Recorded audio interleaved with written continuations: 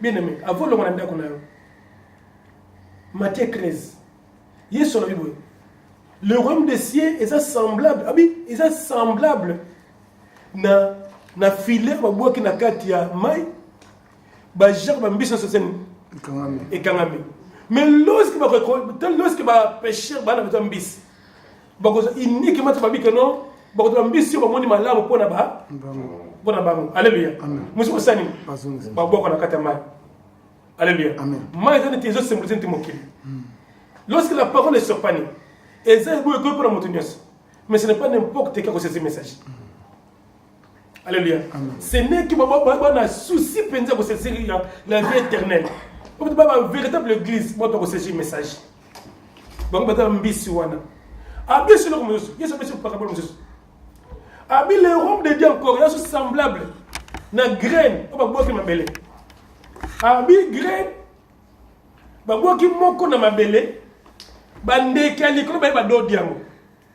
là, précisément, lorsqu'on prêche la parole, alléluia, ce qui est la vraie parole, que le diable passe à 0 mètre.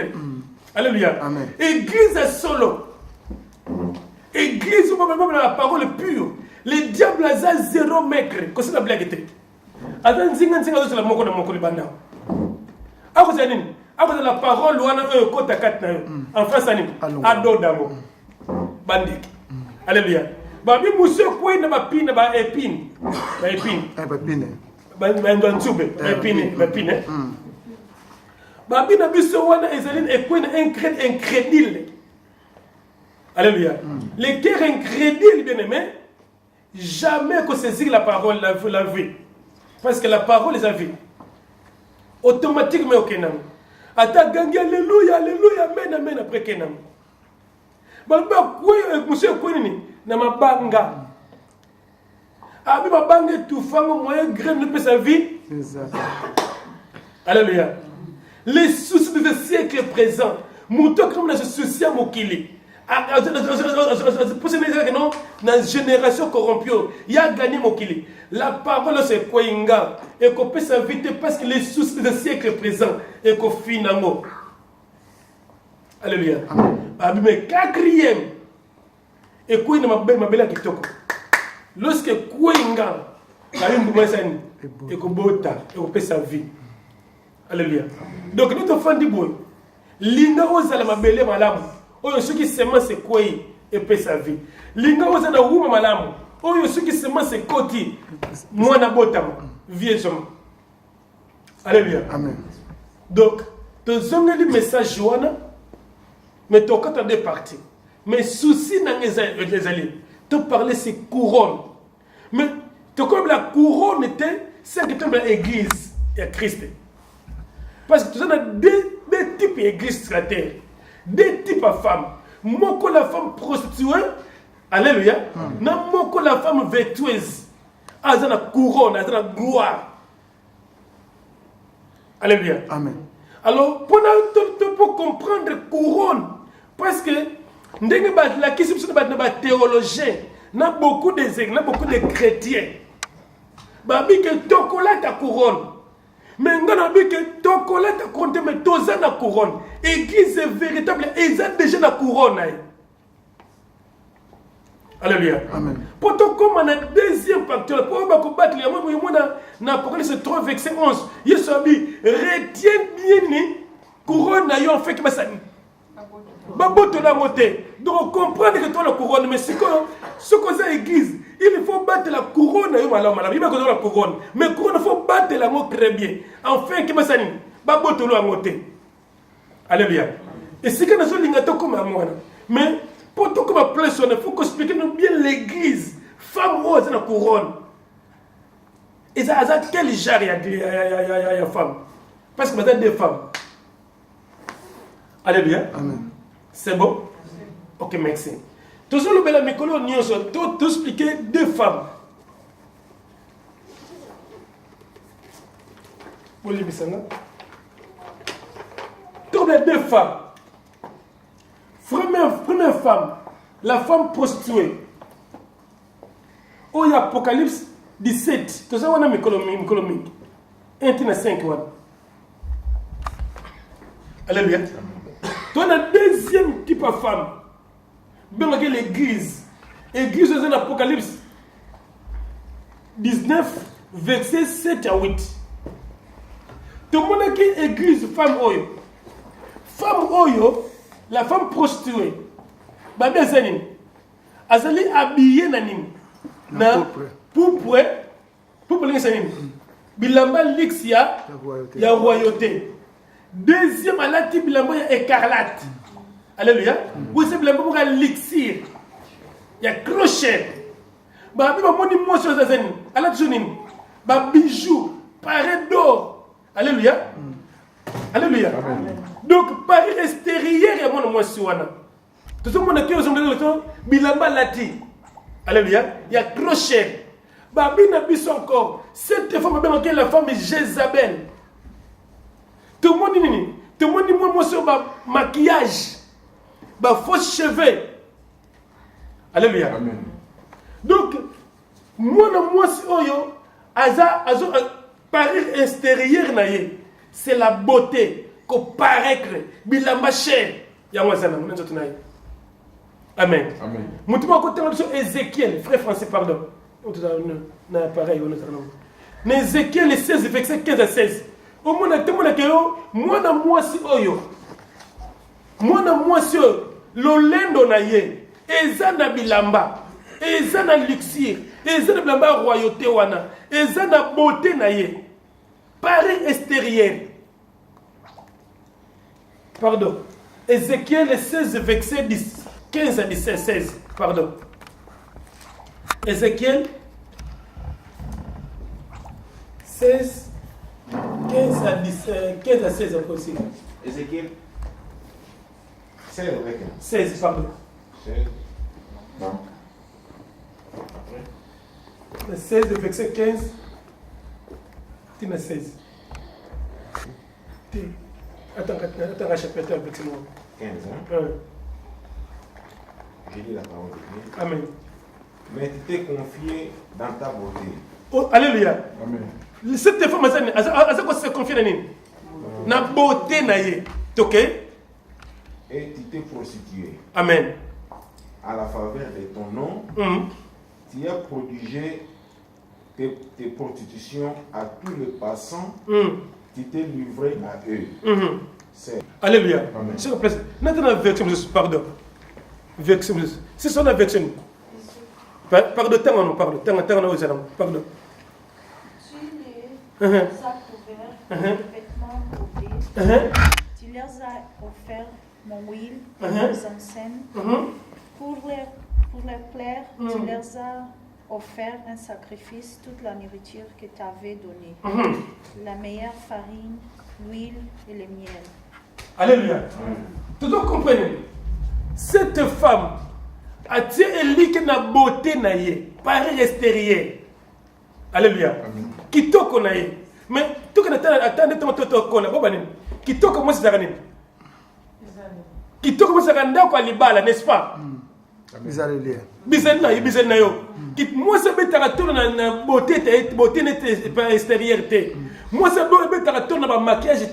Moi c'est bête tourner na bilamba libanda bilamba chérie. Moi c'est bizarre. Alléluia. Maintenant, la fausse femme, moi, si oyo. Mon église, oyo. Bango, ezali, awa, la femme, ezali, pareil extérieur. Beauté naïe. Alléluia. Beauté naïe. Mais tandis que deuxième femme, oyo, il y a église. Babi nabiso, ba pesi encore les habits. Babi les ba pesi ces années. Ba pesi les habits. Ah, bah pesi les lambasani, le fêlé pur et blanc. Bah bezani, les œuvres justes de saints. Alléluia, alléluia. De bas qui moi c'est les balles arènes. Bisel non? Pas bien. Bah les œuvres justes de saints. Moi c'est ça, bah bien moi c'est malam. Tu vois la différence? Alléluia, la différence. Il y a un appareil extérieur, beauté naïe. Il dit qu'il est dans la beauté naïe. Il y a un qui se prostitue dans moi. Alléluia. Moi, je suis un Ndumba. Moi, c'est un Ndumba Nyoso. Et donc, je suis Salaka. C'est le fox, c'est le fox, beauté extérieure naïe. Alléluia. Nabilamba qui toko poisson. A séduire, attirer mes balles. Alléluia. Amen. Au moins si un solo a tchaké likane na beauté libandate bizarre lenaye ah mais moi si on va pesier le fin non fin le Mexique va pesier fin le va besoin les œuvres justes de saint. Amen. Oh c'est comme le monsieur attention à ce matin comprendre ton enseignement c'est quoi tu comprends bah bien bisco. La femme vertueuse est la couronne de son mari. Alléluia. Alléluia. La femme vertueuse est la couronne de son mari. Ce qu'on a 1 Corinthiens 11, verset 3. La femme est la gloire de l'homme. Alléluia. Alléluia. Si qu'on oyo a la couronne de son mari. Proverbe 12, verset 4. Elle se portait couronne. Mais cette femme, yé awa, ezali beauté naye, beauté kitoko. Yé wande kitoko. Yé makama bizele zana ngote. Libala zana ngoposate. Mais yo zana poseni. eza kende asala kindumba na ye faut alata kitoko faut bongisa maquillage makambutu pour lorsque vous paraît comme waouh. Tout le monde a la différence. Amen. Ok. Si quand on te dit Bible quand même il y a image, un symbole. Il y a un symbole pour nous que nous pour découvrir qui est l'église à Christ et qui ne sont pas l'église à Christ. Alléluia. L'église Babylone la grande, la mère de la prostitution. Alléluia. Mais on va bien l'église véritable à Christ.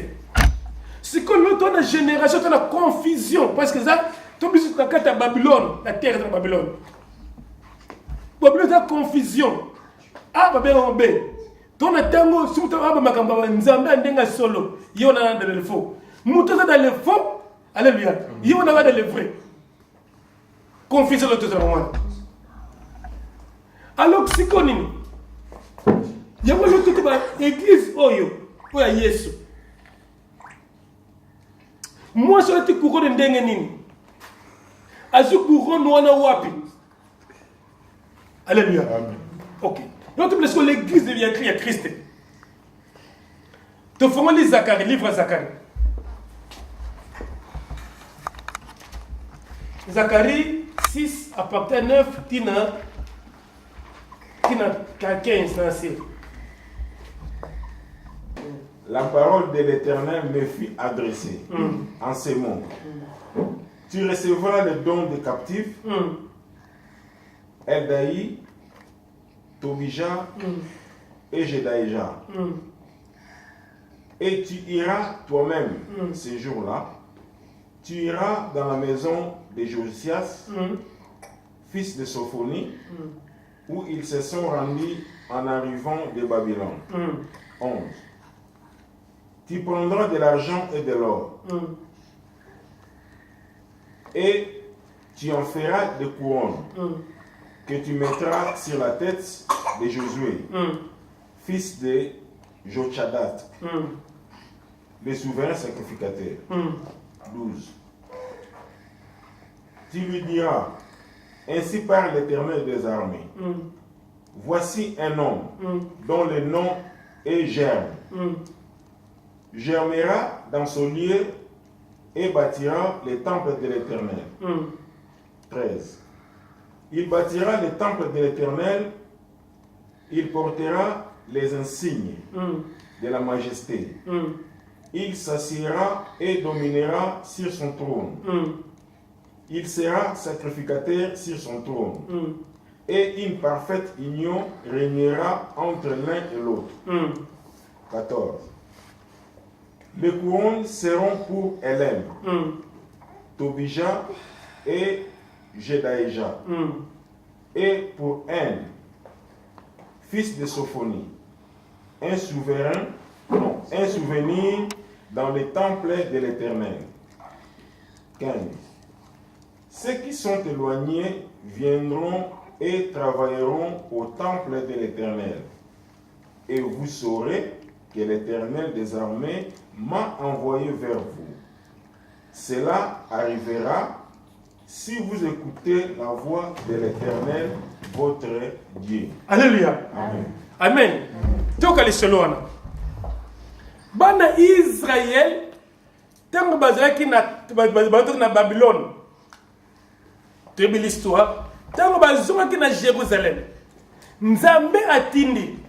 Nzambe atiaki na motema ya roi de Pex. Ati de reconstruire le temple, baki de reconstruire le temple. Alléluia. Tu as vu que dans 586, nani, roi Nebuchadnezzar, le roi de Babylone, a kendeki na kati Israël, a bouki temple, a bouki ba sacrificateur, a bomi presque toute la bâtisse. Monsieur captivité, wapi, na kati Babylone. Vers 516, fallait comme parce que c'est 70 ans sur la prophétie à Jérémie. Lorsque l'air retourne à Bango, Nzamba tient mon thème na roi de Pex. Pour abimisa mbongo na gouvernement Iran. Alléluia. Pex les Iran. Alléluia. Il y a un moment même sur la guerre entre Iran et États-Unis. Chaque fois États-Unis ont beaucoup de réserves parce qu'il y a l'histoire iranienne. Alléluia. Tu as film bien le roi le King of Persia. Alléluia. C'est Iran. Alléluia. Alors maintenant, Nzamba tient moté à ce qu'on m'a canissé. Et pas il y a roi de Pex, et pas il y a roi de Pex. Assanim. Ah, mais ça me le gouvernement iranien pour pas qu'il reconstruise le temple d'Israël. Alléluia. Donc ceux qui temple les athées, Nzamba zate dans Israël. Alors maintenant,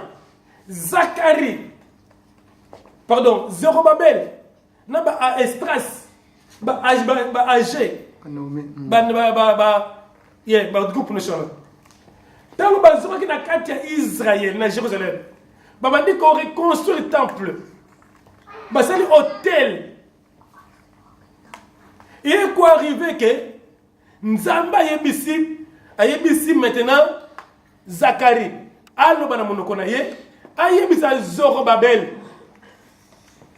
Alléluia. L'année on le bien. Abi Zorobabel.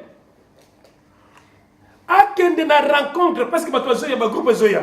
Un groupe de na Babylone et zone Israël, n'est-ce pas? Amen. Alors groupe ya ki wanabi yebisa yo kende ko kende pa ya nanda ko ya ezaki Toshiba Tovicha. Alléluia. Kende kuno komona délégation yelelo. Kende kutana bankuna. Tango kutana bango. Yebisa bango ba pesa ba bien na bango. Ba or na bango, ba argent na bango. Si mayoko zwango. Okosela ngo couronne. Alléluia. Na zuli ngato na couronne, to comprendre que tout chrétien aux femme sur Christ dans la couronne. Mais couronne tout next week, ce qui nous a pas paiement. Ce kalingi.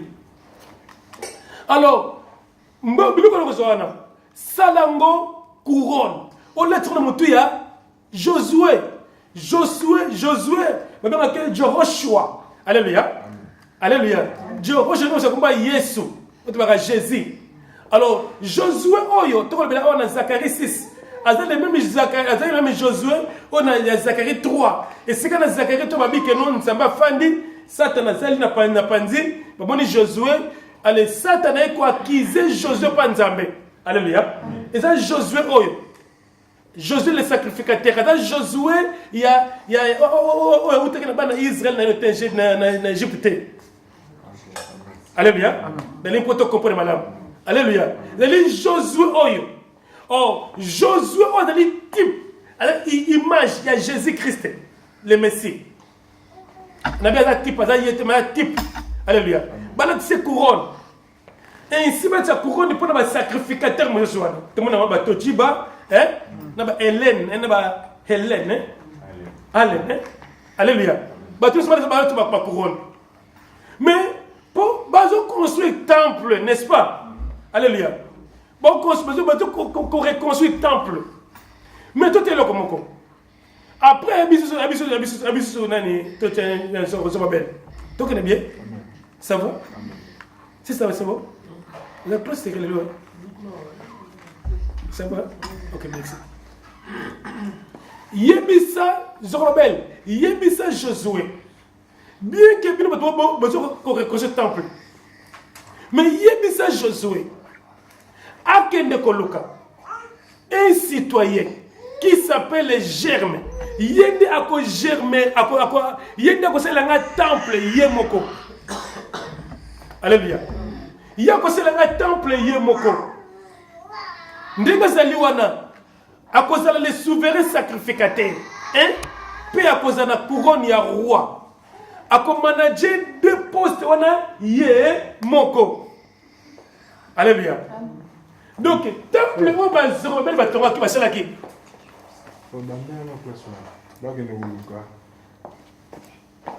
Zorobabel, yebisa Josué. Josué a été coloqué un messie. Comme on a yezali germe. Ba yebi était. Alléluia. Mais c'est germe il y a un temple. Yemoko. Amen.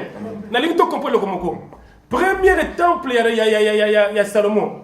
Et c'est là qu'à 7 ans. Deuxième temple, c'est là qui 46 ans. Il y a reconstruction. Frère Francis, vous comprenez? Hein, alléluia. Tu comprenez? Si vous avez Josué, yo, kende koluka mesme comme les germes. Yé mutuana mais c'est germe. Y'a quoi ça le temple yé moko. Deux personnalités, trois personnalités. Yé moko. Alléluia. Alléluia. Tu comprenez? Alléluia. Donc, temple oyo, yé sokutaki, y'a moi qui temple bazoro basilaki. Mais ce qu'on dit à l'objet que non, bah il pas que de koluka mais c'est germe. Mais c'est germe à côté à ça ndaga nzambe, à nzambe temple yé moko. Peu ami mout mais c'est germe à cause de la souverain sacrificateur, grand prêtre, peu à cause de la couronne ya roi. Amen. Alléluia. Amen. Tu comprends? Alléluia. Donc ça veut dire quoi? Nzambe déjà. Abina Isaïe 66 verset 1. Nzambe habite là. Les cieux et les trônes de Tronanga. La terre et les marches penanga. Abinda kuni bin mo sala ngoko. Alléluia. On comprendre que non premier temple, deuxième temple, c'est non ndako Nzambe te. Ndako ya Nzambe c'est non pour posater. Alléluia. Amen. Bon, alléluia. Même dans 1 roi 8, Yemoko Salomon, pardon. Yemoko Salomon. Lorsque vous avez tombe c'est jour de dédicace. Il y a temple où c'est là qu'il y a Salomon. Alors bakini. Dans 1 roi 8 verset 46 ou 48. Ah bien, Nzambe, les cieux sont ton trône, la terre est marche pénal. Ndako biso ko selo yo ko fanda. Alléluia. On comprend que même le premier temple, deuxième temple, aux États Israël. Israël qui ndako Nzambe dans posaté. Alléluia. Surtout que dans Acte 17 verset 24, babina bisoni. Babina apôtre bien. Tala Nzambe c'est l'icône c'est afanda kana ndako batoto maboko na ba tout est. Amen. Étienne acte 7 52 tout 48 Amen. Amen Nzambe c'est l'icône c'est afanda kana ndako batoto maboko na boko badoute. Liki babomela ka Étienne ngwana. Basu ba lapider ye babomiye. Alléluia. Si comme mais c'est les germes tout est basiko. Pour ton a besoin mais c'est les germes. Oh Nzambe qui est yé bon ton ndako Nzambe. Alléluia. Qui était mais c'est les germes ou bien qui est mais c'est germes. Alléluia. Alléluia. Donc est-ce qu'on a dans Jérémie 23 verset banda 4 tina sur la pardon. Jérémie 23 partie à 4.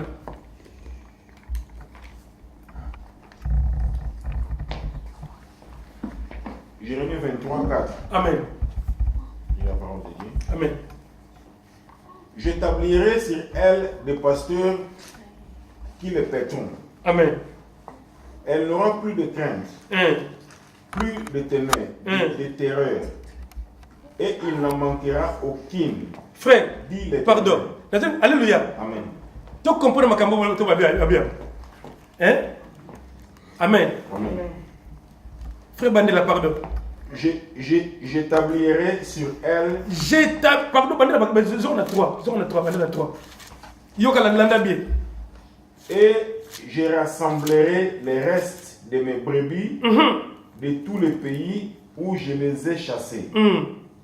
Je les ramènerai dans leur pâturage. Elles seront fécondes et multiplieront. 4. J'établirai sur elles des pasteurs qui les paîtront. Elles n'auront plus de crainte, plus de terreur, et il n'en manquera aucune, dit l'Éternel. 5. Voici, les jours viennent, dit l'Éternel. Les jours viennent. Alléluia. Amen. Les jours sont là. Il y a pas présenter. Les jours fétiles. Ok. Les jours viennent, dit l'Éternel, où je susciterai à David un germe juste. Alléluia. Alléluia. Alléluia. Alléluia. Amen. Amen. Alléluia. Tala. Abi, hein? Oh God. Tu te comprends ma babiona? Tu comprends ma babiona? Abi Mikolezo ya. Na suscité na David, pas David. Na libote David, mais c'est na libote David.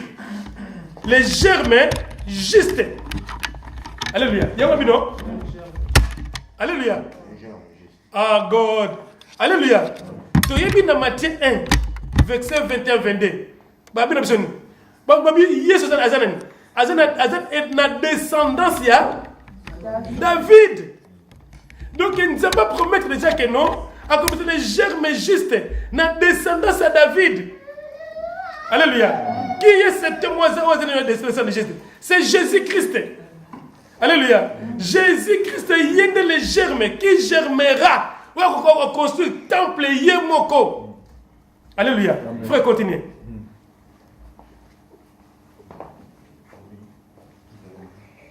Jérôme 23. Donc, voici les jours. Voici les jours viennent, dit l'Éternel, où je susciterai à David un germe juste. Il régnera en roi et prospérera. Alléluia. Il pratiquera la justice et l'équité dans les pays. Alléluia. Continuez. 6. En son temps, Judas sera sauvé. Israël aura la sécurité dans sa demeure. Et voici les noms dont on l'appellera l'Éternel, notre justice. L'Éternel, notre justice. Ce que Nésaïe 5, verset 9, on l'appellera Emmanuel, on l'appellera admirable Dieu, hein, Dieu tout-puissant, Père éternel. Alléluia. Donc c'est Jésus-Christ. Donc, Babi, que non, les germes juste au sein, à cause de la dépose, à cause de la roi, à cause de la sacrificateur. Alléluia. Témoignez-moi. Amen. Amen. Donc, mais c'est les germes, c'est la temple Yemoko. Temple, parce qu'il a 46 ans, bah, te belé presque toute la nation, mais Moutmoura Salango, à cause de la roi, à cause de la sacrificateur, c'est Jésus-Christ.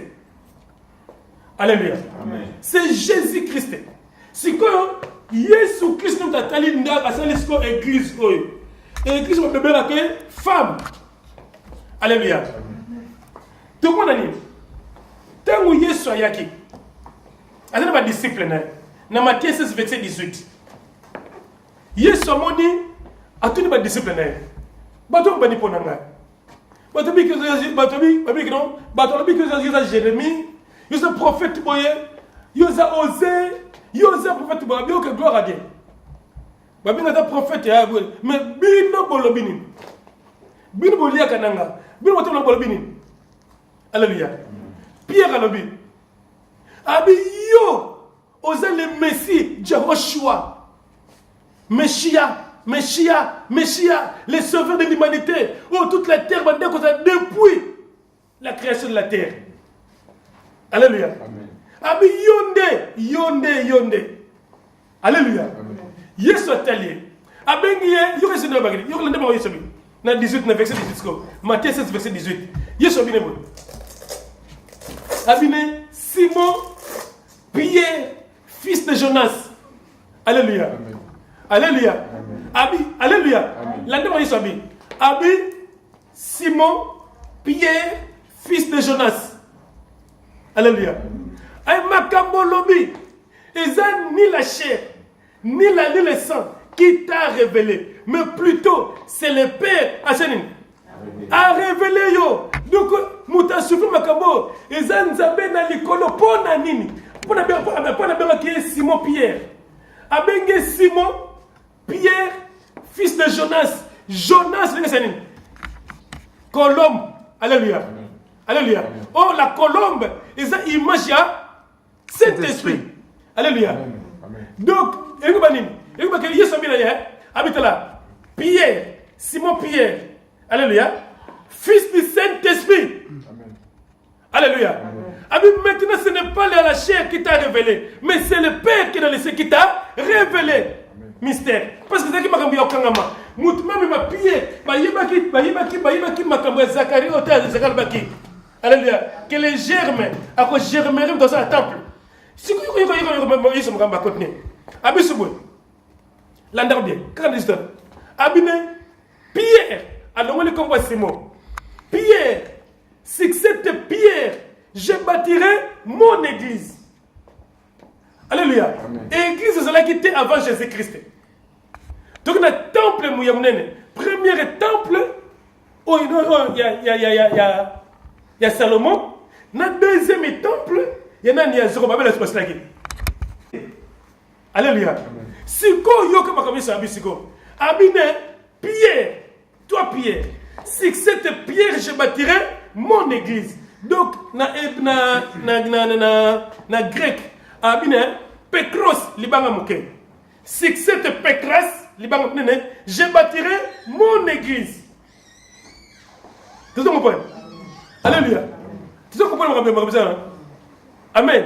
Donc, Pierre, pour ne pas dire Pierre, parce que, femme, Azali, Pierre, ma banga Mike. Il y a un banga Mounen. Il y a un Pierre 2, verset 5. Abi, vous, comme des pierres vivantes, édifiez-vous pour construire la maison spirituelle. Il y a une pierre anglaise, n'est-ce pas? L'église mise à la femme, tout ça va pierre Mike. Alléluia. Donc, on comprend. L'église Oyo, Ezali Oyo, Yesu Yemora Sala.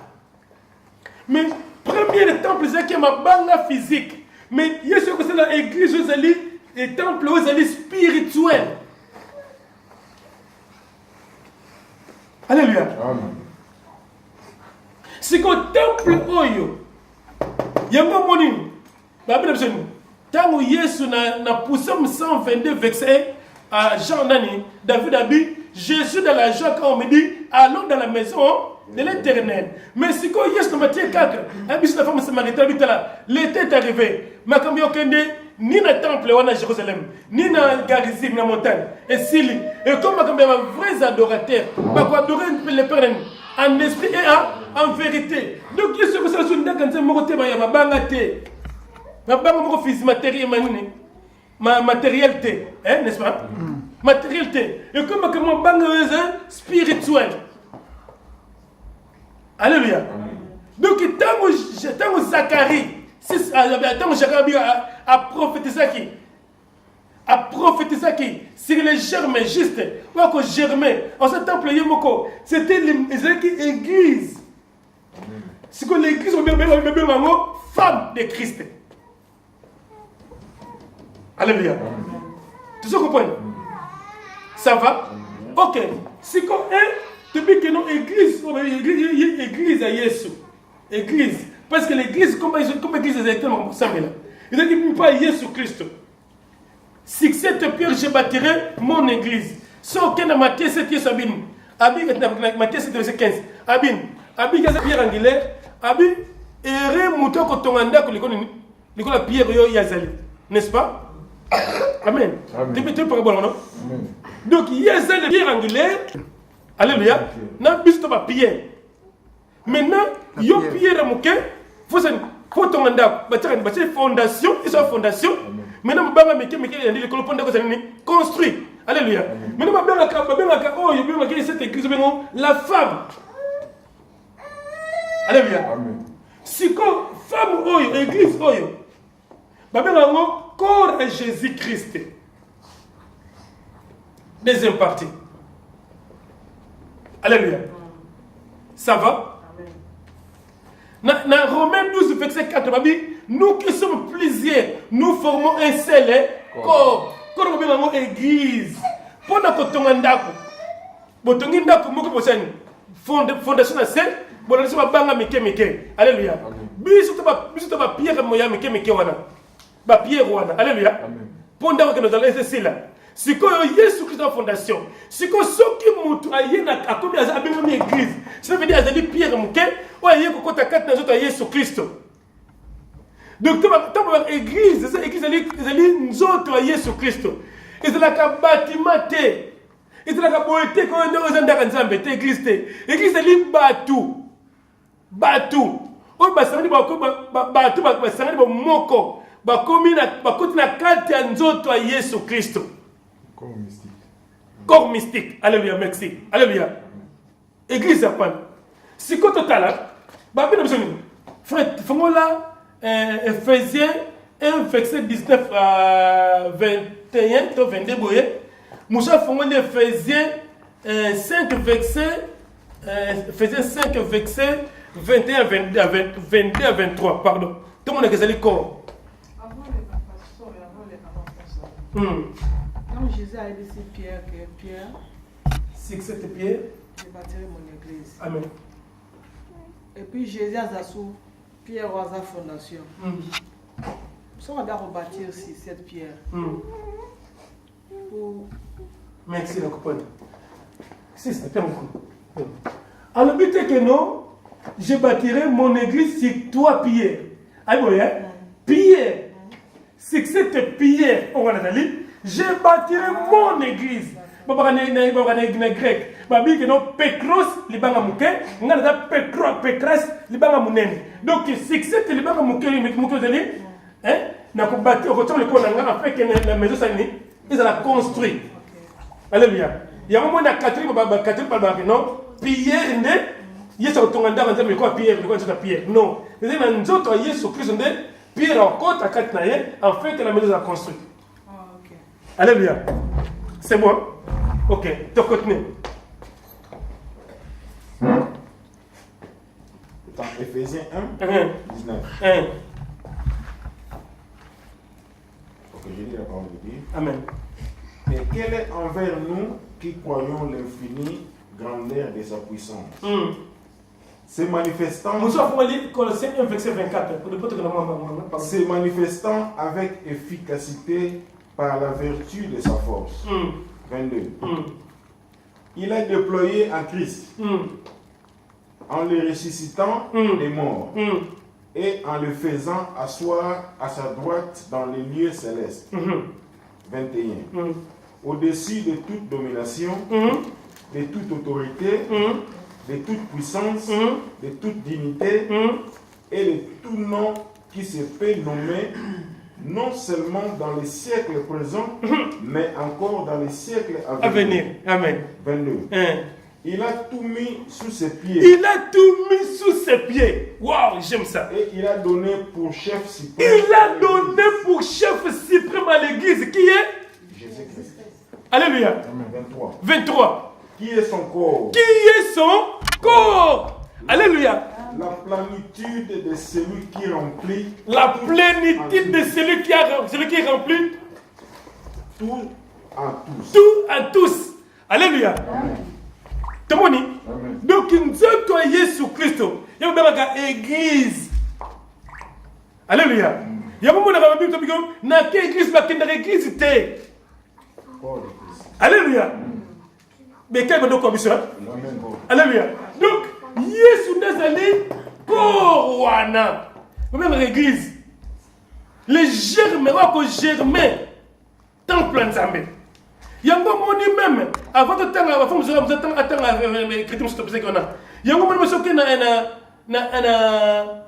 1 Corinthiens 3, verset 16, Babi que non, ne savez-vous pas que vous êtes quoi? Le temple de Dieu et que le Saint-Esprit habite à. Donc, vous êtes qui le temple, vous êtes qui ma banga, il y a ma brique. Alléluia. Si quoi, il y a tout ça, ma banga spirituelle. Alléluia. Tout le côté de corps, l'église, le corps à Jésus-Christ, le corps mystique. Amen. Il y a ce que je physique. N'est-ce que je vais consommation qui toko. Oh, c'est le méga church. Tu vas bloquer bien aimé. Ça, Babylone, qui ment? Tozoya. Alléluia. Ça va? Comment mystique, on a plus lié à ma génois pour corps spirituel. Amen, merci. Merci. Alléluia. Corps spirituel. Ok, écriture, monsieur. Ephésiens 5. Colossiens.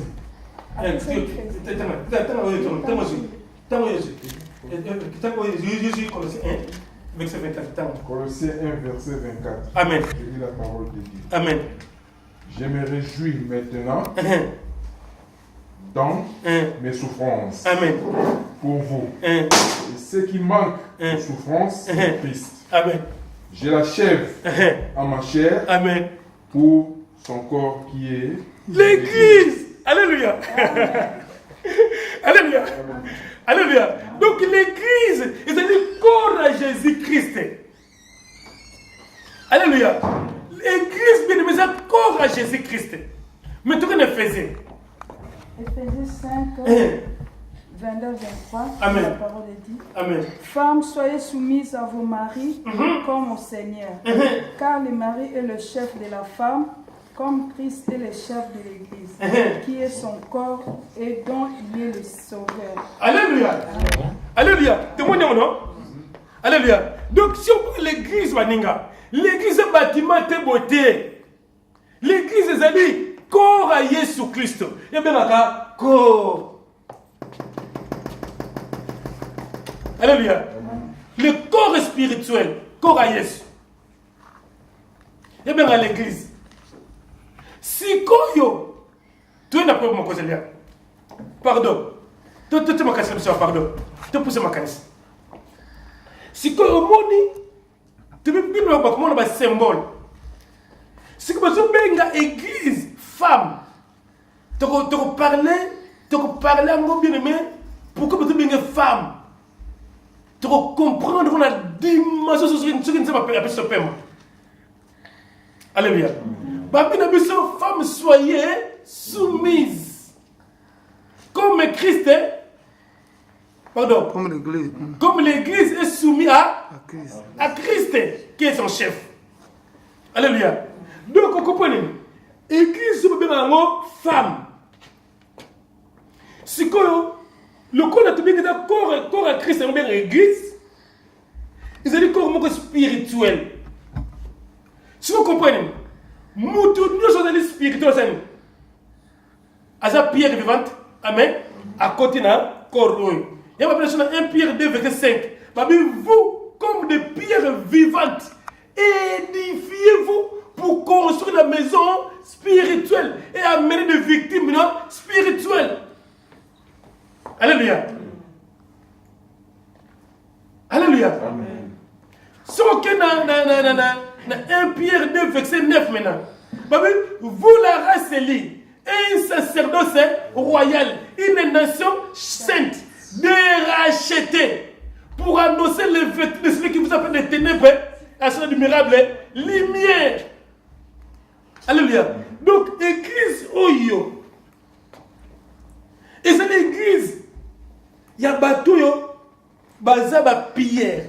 Pierre a sur le belawa. La parole. Amen. Alléluia. Amen. Josué 1, verset 9. Josué 1, 8.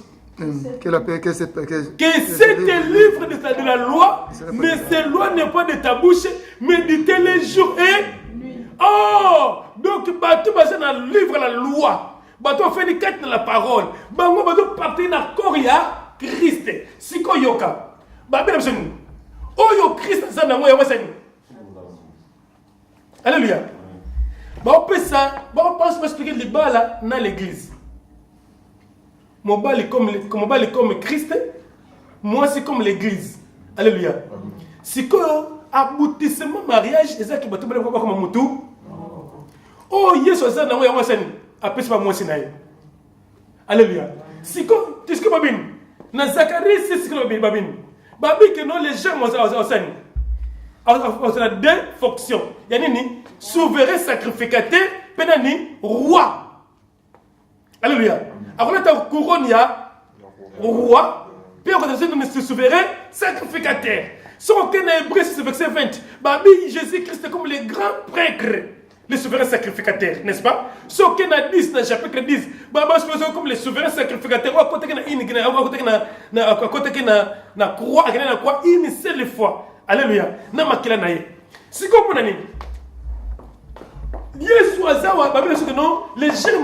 roi, roi sacrificateur. Il y a un peu de 4 dans l'église. Mieux que ce soit un peu de l'église. Alléluia. Jésus a commis ce roi pour le sacrificateur. Amen. Alléluia. Amen. Amen. Ah, tala. Les balles de kitoko baninga. Alléluia. Oui, à côté na panzi na ye. Alléluia. À côté na vrai chaussure à numéro na ye. Il y a Yezayo. Il y a Yozaye. Amen. Alléluia. Frère, comme moi c'est là, ni carte on ngate, aza moi c'était. Alléluia. Moi c'est pas madame Moutou moko. Liban n'a rien à voir dans Mbongo. Liban n'a rien à voir dans Bloc Mokili. Liban les a battus comme Moutou moko. C'est que Yesu a un mystère entre l'époux et l'épouse. Alléluia. Il y a un roi, à quoi plus de roi. Il y a un souverain sacrificateur, mais ça c'est un sacrificateur. Le colaïe. Alléluia. Il y a un moment où ils sont dans Apocalypse 1, verset 6.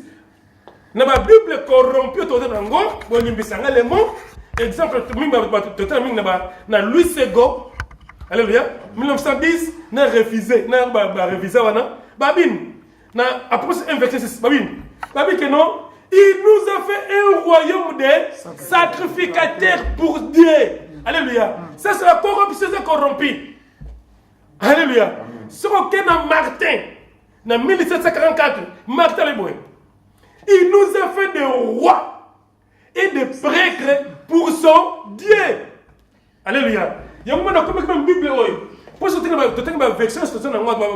non, il nous a fait un royaume. Alléluia. Et des prêtres. Ah, où est-ce qu'on vient? Oh, ils ont des frères, nous sommes à Congolais. Alléluia. Asa ba recherche makasi. Biso to linga fo munde so kasali. So munde so to monde ya solo. Mais au monde sali, c'est plus congolais. Et ça n'était pas classe. Yo comme parce que azon par rapport ya ba c'est ba recherche par rapport ya ba vrai nino. Alléluia. Ba na biso bon. Il nous a fait. Naye. Apocalypse 1 verset 6. OK. Un Congolais de Samuel Moussalo. Nous avons pas mbolai. 1 verset 6.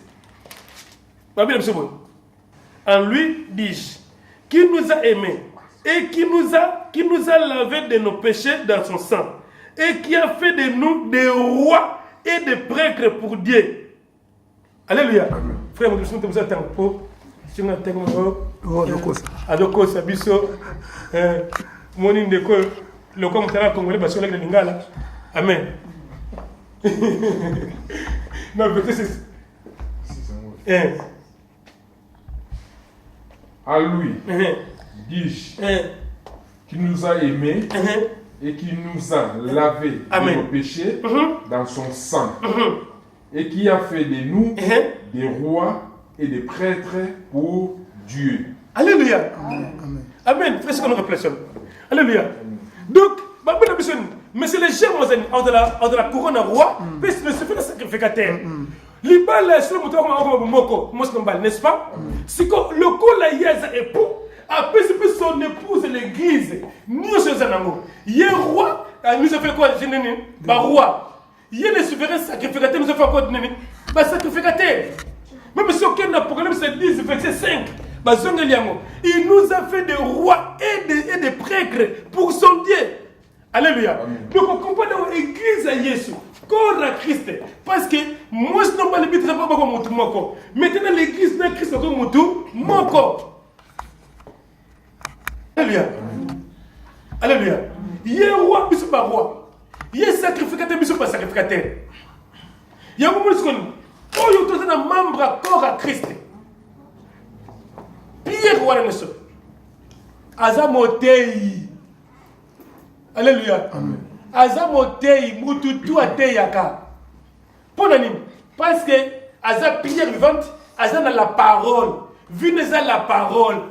A côté à côté de terre à côté. À côté de l'école, à côté de la famille naie, à côté de mobile naie, à côté de Mosne, à côté de bar naie, à côté de bande, qu'on ne peut pas dire que ce n'est pas qui sera couvert de ma soumouté.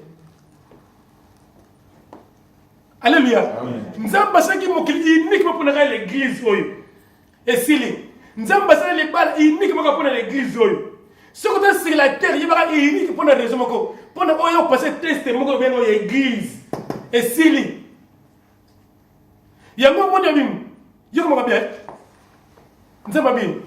Un Pierre, Abin. Pardon, un acte 1. Acte 2.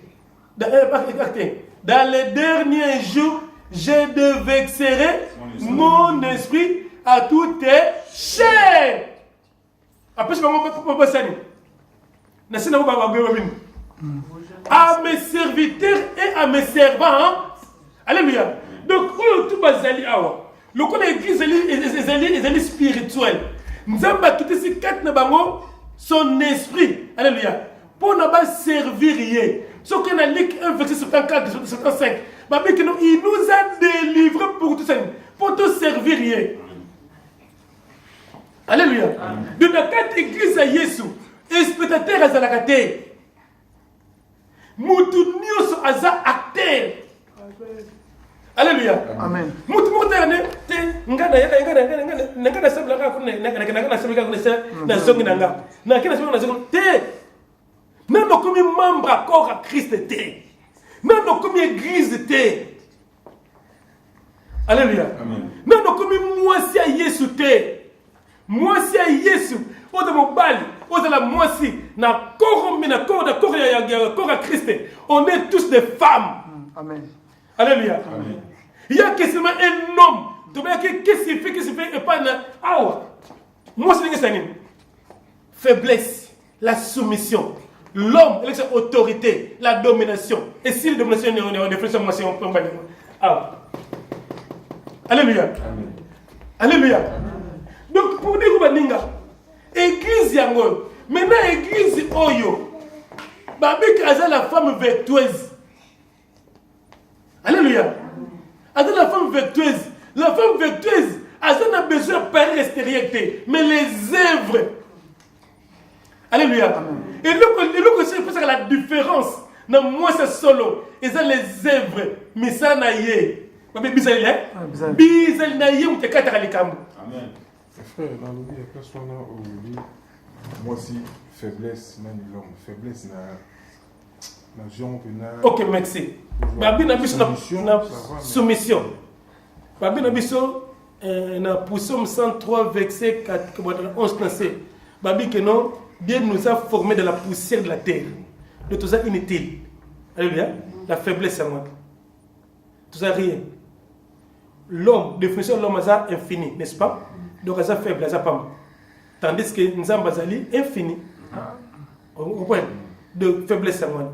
De si on parle de la femme, moi c'est dans la nature. Ça faible, n'est-ce pas? Ça être faible. Ça faible. Na Mexique gloire à l'essai, Mexique Saint-Esprit. 1 Pierre 3 verset 7. La femme azali est un esprit faible. Réponse bien mon. On comprend? Donc le coup la mission peut être si awa. Nous sommes faibles, tu es esprit faible. Babi dans 1 Pierre 3 verset 7. La femme azali un esprit faible. On comprend? Même devant l'homme. Devant l'homme, babi que non. Ah frère. Devant Jésus. Ce qu'on tient à cadre l'homme Jésus. Mais dans le moto, l'homme dit qu'il est devant sa femme. Amen. C'est ça moi. Donc où ils allaient spirituel, bah je l'ai mis sur le dernier mot physique pour tout comprendre. Pour ça nous savoir. Donc au moins si alors fait donc c'est qu'il y a là-bas. C'est le problème. Deux bah homosexuels va faire dans le monde balé. Eh mi balé. C'est moi ça veut dire.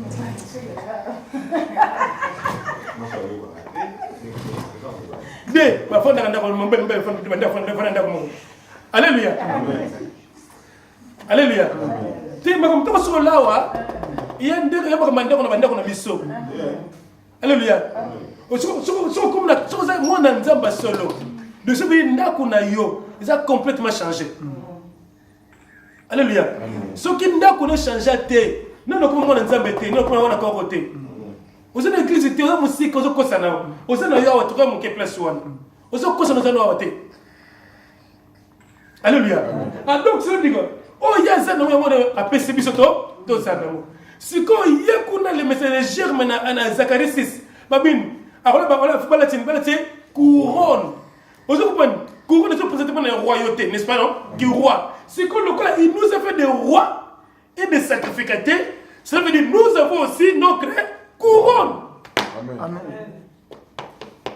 Alléluia.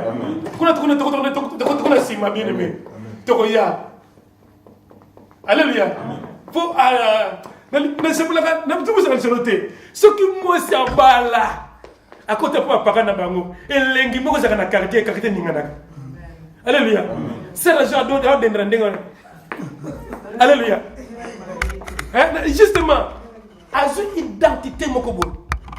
Alléluia. Justement c'est ndenge moko. Na awa biso. Faut monter la couronne de la fille. Faut dendaka. Azomo na yena nyango.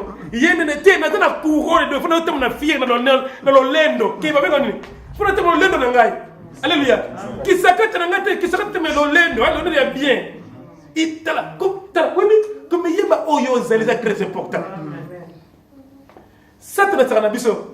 Pas plus fort parce que bi o mi yebite oyo zali. Mais comme ça, on a certains technos, au nom de Jésus-Christ. Bon, au nom de Jésus-Christ, c'est la croix qui a été accomplie. Au lieu de l'anga, tu as dit à l'aise, alléluia. Ce que tu as au nom de Jésus-Christ, ah bien, banga, yuma. Tu peux appeler ce désir de toilette, je me dis après, je me dis, comment ça respire là? Au moins, tout le monde, tout le monde, malade. Alléluia. Parce qu'on m'y habite aux années. Église, basé na fier. Alléluia. Basé na fier. Il y a un moment même, il y a une église. Mon église c'est la même. Bah je dis que pour moi c'est kabamo. Il y a mon sang toi. Mais il y a pas que c'est ma boyenne. Mais il y a pas na nini ndakonanga na fingi yote na tioli yote.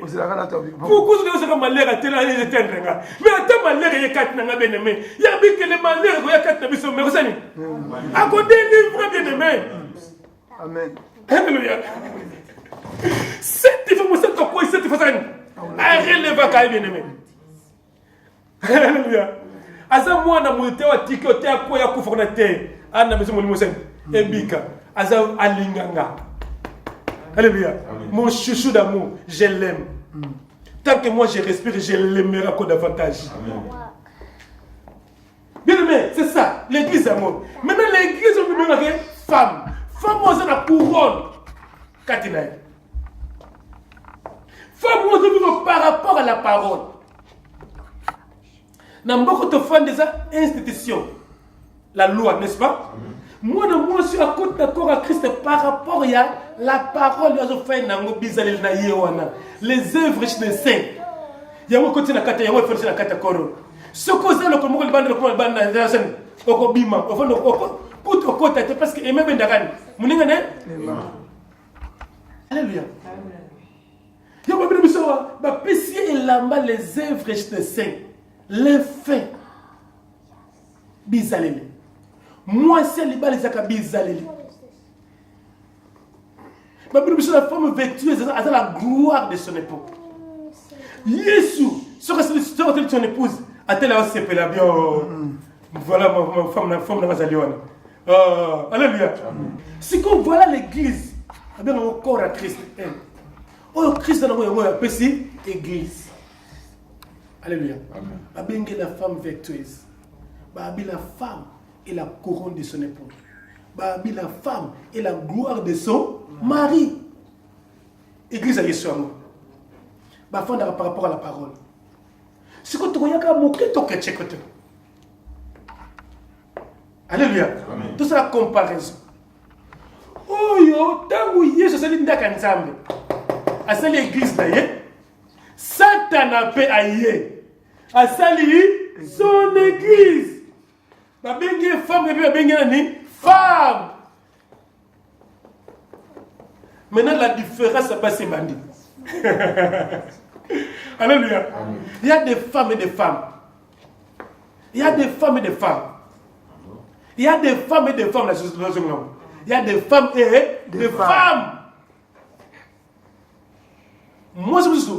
On a besoin de l'oba pour confirmer que c'est madame. Mais moi, si on me yebi, on me dit à tout. Moi, c'est toi quoi.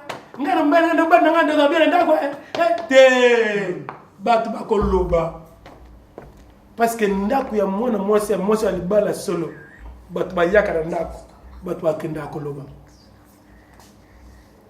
Alléluia. Ata mokile ko mabende ngini babi batu bayina yo za na chance. Parce que nzamba pambola yo okuta na mwasi ya malamu. Mwasi ya malamu azana besoin de pari extérieur te pour paraître. Alléluia. Ce qu'on y a dans la tu verras que c'est une bonne femme. Alléluia. Les bandes te ndakunaye. Ndakunaye. Ndenga yamba bapaya. Ndenga bapaya mona ndakunaye. Ndenga vivre na kata ndakunaye. Il y a cette hypocrisie. Batabité. Cet homme, il a retrouvé comment? Panzina. Amen. Si quand tu bis konya. Ba bina besoin la femme oyo. Ba bengi cette personne na église. Église oyo était na ba pesini. Azana bilamba ya bo santé. Bilamba ya ba œuvres registre de santé. Mais il y a de Paris extérieur na yi. Ba bina biso aza habillé na propre. Alléluia. Où ils ont bilamba ya royauté, écarlate, bilamba lix, babia tout paré de d'or, l'or, bijoux, alléluia, Jézabel, maquillage, faux cheveux. Alléluia. Amen. Donc il y a tout ça qui dans Ézéchiel 16, verset 15 16. Babi il y a confiance dans la part extérieure. Il y a moi c'est là qui ndumba. Parce que lorsque la femme, moi c'est ndumba. Tant à la bijou, c'est pour attirer les hommes bataillés. N'est-ce pas? Pour bien me les quatre. Tant que moi ça va voir le kangaye sexy. Bon bien toi une définition. Et ça pour ils ont dit pour les mots sexy là kobimana mutu déjà. Il y a un moment où il y a dans ma thèse, ce côté une femme avec un cœur de convoitise. Il y a des questions de l'émotion déjà. Alléluia. Donc il y a un moment où même awa, babi n'a pas son église ça. Babi que moi si, elle a tenu de manière décente, après pidère, après modestie, avec respect, assez respecté. Donc tant qu'on a la tête. Alléluia. Mais tant que vous avez dit la parole, il faut que vous ayez tant la tête. Est-ce que modestie? Est-ce que vous êtes respectable? Alléluia. Modestie, est-ce que vous avez respecté? Est-ce que tout le monde vous rendre? Parce que quand l'ata est sa parole. Alléluia. Il a une identité. C'est un message. Pour vous identifier. Alléluia. Pourquoi disqualifier mon tout le la télé? N'est-ce pas? Alléluia. Quand on disqualifie de la moi c'est alléluia. Il faut respecter modestie. Il faut pidé. Est-ce que nous sommes pidé? Et monsieur mon ami, modestie, pidé, la décence. Est-ce que c'est décente? Alléluia. C'est tout le monde moi des alliés. Bah critère n'est. Mais sans pideur, sans modestie, sans décence. Sans décence. Alléluia. Sans décence. Alléluia. Pour l'anime. Pour attirer, à séduire les balles. Bah bien maintenant femme oyo na beauté na extérieure. Par l'extérieur, il y a séduire toute la terre. Babi n'a besoin de veille de débauche à enivrer toute la terre. Alléluia. Donc il y a un apocalypse, pardon. Apocalypse 17. Apocalypse 17, pardon. Apocalypse 17. Tout le monde est là comme moi. Cher Saint-Esprit, parle-nous, Seigneur. Nous sommes là pour toi, Seigneur. Parle-nous. Apocalypse 17. Babi Nabiso, la verset 5. Babi, sur son front était écrit un nom. Un mystère, Babylone la grande.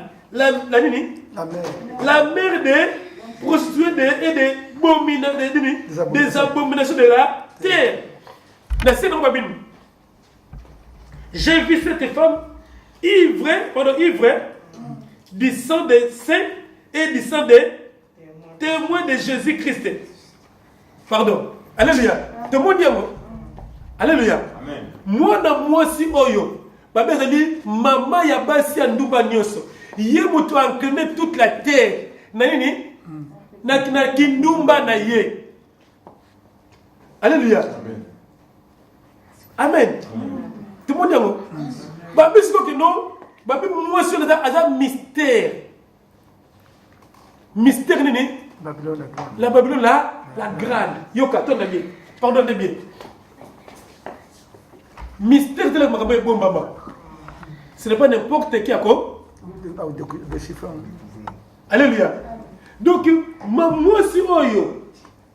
Aza mystère. Babylone de la grande. Siko yoka. Tabu, toujours dans Zacharie 6. Bana Israël. Donc, Zorobel, na Babylone, alléluia. Na Babylone, c'est le temple, mais c'est le temple d'Ambété, n'est-ce pas? Mais si vous montez dans Babylone, Babylone c'est qui? Babylone c'est qui? Image, parce que Nebuchadnezzar c'est qui type la Satan. Alléluia. Donc c'est une Bango c'est qui na captivité et pas y Satan, ban Israël. Alléluia. Alléluia. Si ko awa pe awa. Alléluia. Église oyo, femme oyo. Yi akangi ba na captivité. Parce que c'est l'église de Satan. La femme oyo. Alléluia. Entraîner batuna, entraîner ba na basi église. Église hein, tout ça église. Entraîner ba dans la sensée dans la basi mabala, basi malamu. Alléluia. Entraîner dans immoralité. Dans fin de débauche. Alléluia. Bah, bien sûr, mon Dieu, à ce mais la même maquillage à saint. Il y a un moment où ce qui n'a abrégé les tentés, si c'était possible, même les livres donc on a séduit. Pourquoi? Parce que la grande Babylone des Éliouanes, la femme a prostitué les Éliouanes. Où c'est qu'on craignait tout. Alléluia. Bien, mais c'est que le pasteur, il faut que Nzambe, il y a un système de Babylone la grande. Alléluia. Amen. Tala. Ce qui est beaucoup de gens qui ont dit Nzambe, tout le monde a divorce. Hein? N'ébité. N'a pasteur, il y a moi-même. Alléluia. Pour aller. Mon père, vous m'avez. Pasteur, tu as encouragé moi si Abou Malibala naïe. Pour me balancer ma belle. Alléluia. Pasteur, il y a beaucoup divorcé, remarié. Mais tout ça, faut te montrer que moi, pasteur, a divorcé dans moi si naïe. Moi, je peux divorcer dans le naïe. Mais il y a un pasteur, pas de pasteur. Parce que pasteur, c'est un couple pastoral. Alléluia. Babylone, la grande. Alléluia. Parce que moi, si on a solo à Jésus-Christ, à cause divorcer à nos cas. Vous pouvez le dire, qui nous dit? Ah, mais c'est un peu de doc. Azan doc, tu es dans un doc. Tu m'as dit, tu es dans Azan doc. Tata beaucoup à Botinga. À Kolisinga. À Tangisinga Kias. À Lengate. C'est qu'on a commis boy. On a commis qu'on s'amène. Tata Lengaliana. Alléluia. Alléluia. Est-ce que tu sais comment on m'entend? Il y a pas de ce monde. Bah, divorce. Moi, c'est. Oh, attends, donc là, on va la vie notée. Alléluia. Attends, on va la liwana, on va la vie, liwana. Alléluia. Bien aimé, awa makambutu. Habillement. N'engue news. Oh, tout le monde va expliquer l'histoire. Il y a un autre de l'église, n'est-ce pas? Alors, bah, bien sûr, Paris extérieur. Donc, moi, si Paris extérieur, il y a un autre mandat qui a dit, mais qu'à church, Alléluia. Mega church. Ndakaza munene. Pasteur monte munene. Pasteur riche. L'or et l'argent appartiennent au crédit.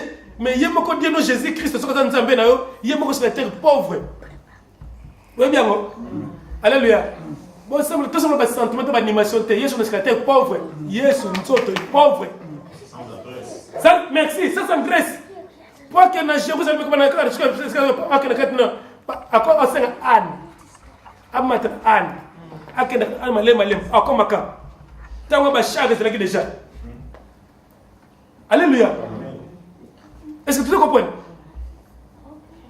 Alléluia. Mais l'église, parce que la prospérité matérielle. Ah, la prospérité spirituelle. Alléluia. Soyez saints comme je suis saint. Juste. Bah bien, beaucoup de la persécuté, beaucoup de la tribulation. Mais à la vie que notre terre, persécution dans ce côté pour la banane zambé. Moi, nous avons beaucoup de la persécuté. Moi, nous avons beaucoup de la tribulation. Moi, nous avons fait régner sur la terre. Vous êtes saison na yo. Amen. Amen. Saison na nga mikono yo. C'est comme meki miko frère na mais tout parce que saison na nga. Alléluia. Saison moi. Nyo so yoko da keneka libosi bosi. Amen. Même si on nga boya nga beto yo faut yo betera pour saison. Alléluia. Donc c'est un mystère. Il y a des mamans bassi en dommage. Oh, ils entraînent toute la terre. En plus, je me fais des débauche. Bat ma langue.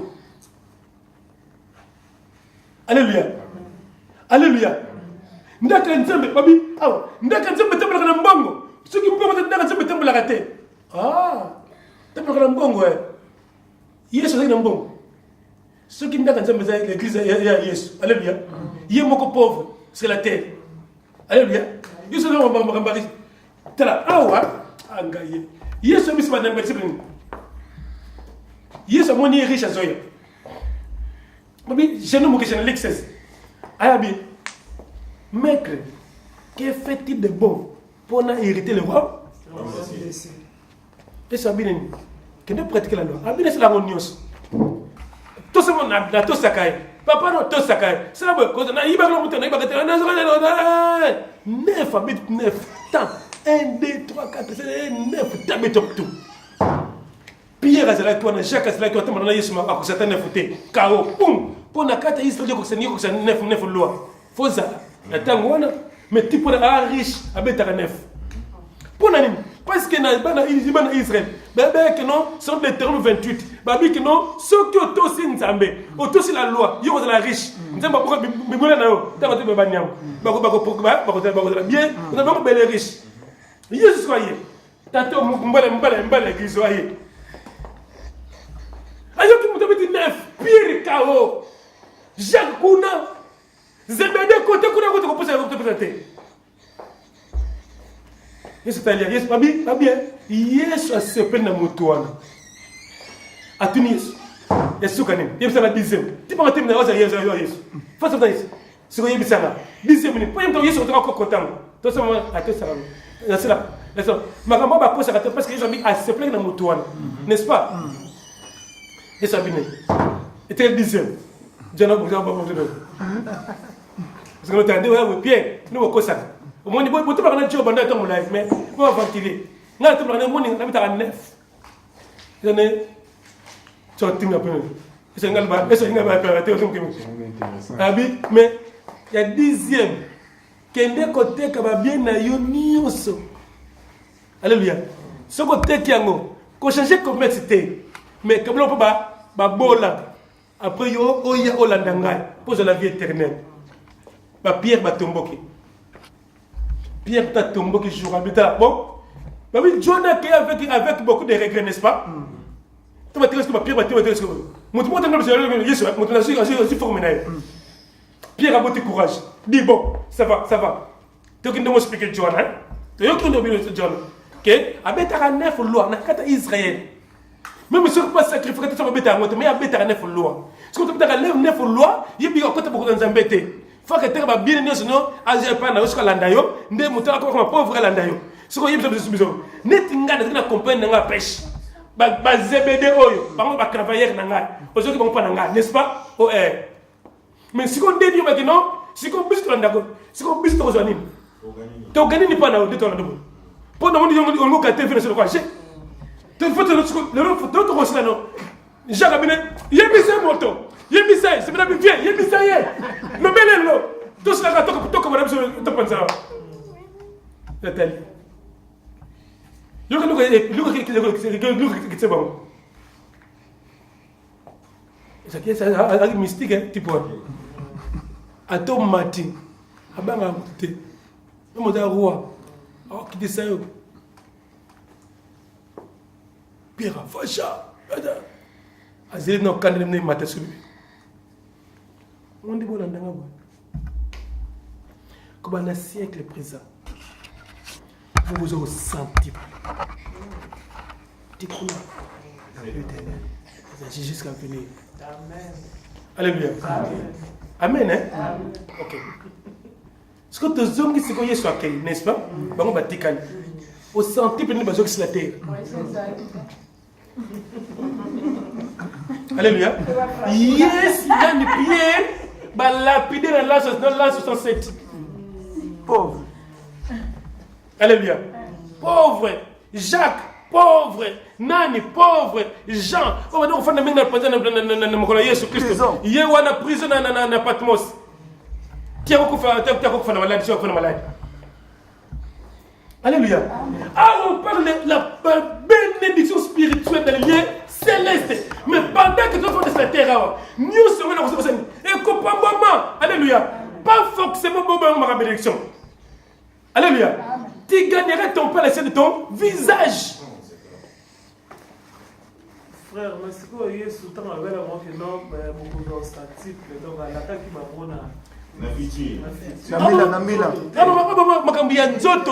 na spirituel. Éphésiens 1 verset 3. Il nous a bénis avec toutes sortes de bénédictions spirituelles dans les lieux célestes. Tout cela saint, sans défaut, ni ride, irréprochable, irrépréhensible. Mais c'est que on peut comprendre qui dans le vie, je m'excuse, frère. Tout ça. On voit moi par exemple ici. Le lobby que mon frère nous en a. Yo. Nous faisons ça mon canal, nous sommes pas de ça zone.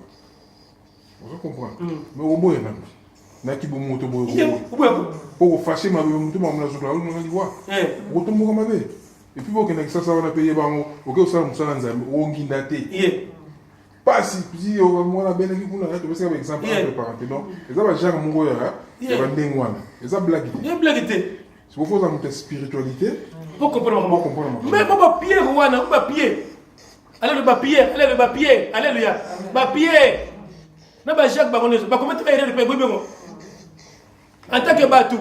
Deuxièmement, nous n'avons pas dit qu'on est à Jérusalem. Yesu, Nzambe. Pourquoi? Parce que tu vas comme un temps à l'église. Alléluia. Batou, tu es à bango. Batou, tu es à bango. Non, pas à bango. Pas pour que. Parce que tu es bien, tout va bien. Bando c'est là. Ma camarade est sur le monde.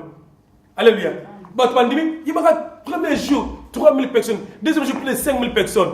Est-ce que tu vas bien bon? Est-ce que tu vas bien? Sans compter ban. Sans compter ban. Alléluia. N'est-ce pas que tu bien? Comment on a vu bien? On a senti que bandit c'est quoi? C'est quoi et bandit? Et ça veut dire na baki na bino bo fan de sika mokote. Au bandana Jérusalem, Samarie, c'est ça, extrémité de la terre. Alléluia. Atini persécution, pas panzi bango. Bakon bato kim. Ou pressentir. Alléluia. Même Babylone a besoin de présenter mon tour au Pangwa. Ngoyo sala gâteau fond au Pangwa. Alléluia. Il y a votre moment, mais moi je vais pasteur. Parce que comme pasteur, il faut aller dans la voiture, moi qui tourne. Alléluia. Il faut pressionner bateau. Au moins, tu es un alléluia. On te dit par extérieur, qu'on paraître. Amen. Mieux encore. Alléluia. Quel est le monde de Nigeria? Le Nigeria va gagner. Tout le monde va vrai s'ascender. Mutako se bobo tune. Yo zanan. Na didile. Na zangitina. Le bas sera cleaning na kata ni no. Yimo ko za minimiser. Alléluia. Alléluia. Bato ba c'est mutu makamba cause sur la terre. Bien aimé. Nanda kendo ko za kisi ya kisi, akana kisi. Pour nzamba bakisha pa ne fait que une semaine pas simba. Alléluia. Nanda kendo ko za kisi na mwana frère ça comprendre. Akana ko za kisi panga ngabikanga. Ngana lingi ce qui n'est pas par exemple, on a fait 50 ans. Dans le monde, une semaine. C'est seulement déjà. Pour l'année, viens monter de pendant Nzambe, tu n'est-ce pas? Oh, Nzambe, c'est que je suis sur la limite de l'océan. Oh, Kende. C'est quoi sert bon? N'a gagné mon kilio, n'a pas l'éternité. La sainteté, la sanctification, la purification. C'est ça l'église. Faut qu'on t'aille. Alléluia. Alléluia. Liban de Fobonga, Liban de Fobonga. C'est le modèle. Au côté de mon voyou. Mais sur le moi dans Nzambe, nous allons nous séparer. Alléluia. À côté, moi, nous sommes battus. Habiter de papa, on a été boticaï. Maman, on a boticaï. Tu comprends deux femmes, la différence. Amen. Amen. Tu comprends? Ça va, c'est ça. Maintenant, comprendre. Non, comprendre. Oh, gloire à Dieu. Gloire à Dieu. C'est quoi next time, next time, c'est une personne. C'est couronne. Alléluia. Pour tout la réalité que nous, on a la couronne. Mais couronne, il faut y aller l'amour. Il faut battre l'amour. Satan a joué à monter. Parce que moi, si moi, je suis entraîné, je suis couronne. Je suis tombé. Je suis tombé. Mais au moins, je suis tombé. Et s'il y a. Parce que tout la Babylone la grande, dans les systèmes. Le 31 décembre, il faut la réveiller. Dans la Bible, comment mieux. Alléluia. Exactement. Mais nous, comme on a histoire au monde, journée, il y a sensibilité. Pourquoi faire le 31 décembre, il y a 331. Alléluia. Noël, moi, je vais faire Noël. Alléluia. Ma Pâques. Beaucoup de gens que ma Pâques, on va passer la carte. Là, ma date n'est pas précise. Alléluia. Nous sommes de côté. Dim, pesa dim. Même dim na carte à la loi. Ils ont pour la yémo le souverain sacrificateur. Ils ont qui pour la chancre, ba yemba. Alléluia. Ba portier. Ba ça va cleaning, ba ça va mutu. What na serve dans Nzambe. Faut azwa part. Na dim. Alléluia. Parce que quatre créations que dim. Ils ont que chaque mois tu changes pour la dim. Chaque mois tu. Ils ont quatre créations que dim. Ils ont que dim. Il y a Yom Golia. Deuxième dim. Dim faut pas pauvre. Troisième faut pas dim pas lévite. Parce que maintenant, il y a des reliés. Quatre me dit, mais de dim. Oh, yemoko peut lévite. Le roi a sacrificateur. Il faut que nous puissions mener dans la maison du trésor. Pour nous sacrificateur. On va nous servir dans Nzambe. Dans Aaron, le souverain sacrificateur. Alléluia. Mais awa, dim, moi, je na moi, il y a dim. Moi, prochain, il y a dim. Il y a dim. Semaine. Justement. Pasteur, akabula mbongo na mutu mokote. Abi mbongo nanga. Alléluia. Bible a dit dans Galates 3 verset 10. Balobi na biso mutu ne se pratiquer la loi bienté. Aba kanazini. Adasu la malédiction. Ya muri Babylone malédiction mutu mo. Là où les miel coulent. Et coulent comme pasteur les miel coulent par là-bas. Faut pas limiter. Alléluia. Ndimo bote ma pauvre kola kufa pauvre eteli bamote yondela ka bonga mbongo na mutazaki mukana na mboka oyo ayina ndaka nzambe sika baza ko nzi mutoya pesa mbongo apesa mbongo adim. Alléluia. Fotika makambo nyonso ya mokili pour kutala koka Kristo mutu moko tala koka Kristo za présenter mais awa tiède. Alléluia.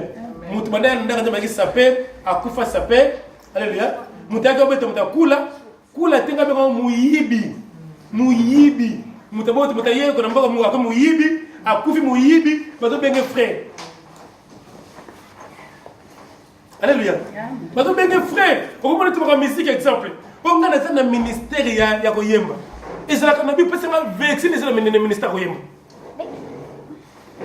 pesa nga vexé les na makamako ya koyemba ere pusani ezate wana do ya koyemba alléluia wana don ya musolo ya musique mozana ministère était ministère de la parole mais après ton ba don wana do guérison na do ya koyemba wana do boy wana 1 Corinthiens 12 verset 7